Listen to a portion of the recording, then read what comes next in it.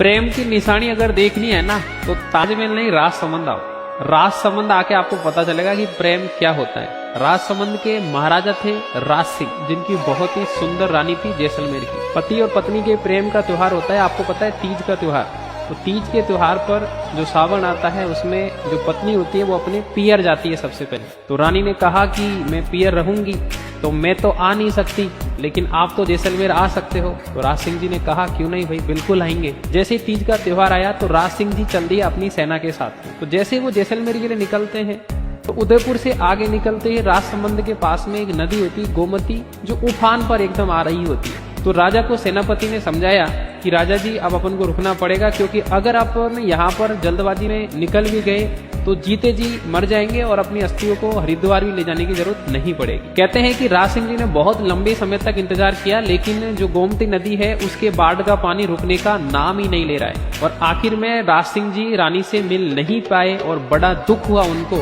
तब उन्होंने कहा कि गोमती नदी ने आज मुझे बांध दिया है और अब मैं इस गोमती नदी को बांध दूंगा, क्योंकि इसकी वजह से मेरे प्यार में रुकावट हुई। कहते हैं कि गोमती नदी के पानी को रोके महाराजा राज सिंह जी ने राजसमंद झील का निर्माण करवाया। आज के बाद कोई भी पति अपनी पत्नी से मिले बिना नहीं रहेगा तीज के दिन, और उनके प्यार में कभी भी रुकावट नहीं आएगी। इसलिए कहते हैं कि अगर प्यार की निशानी देखनी है तो राजसमंद आओ यार,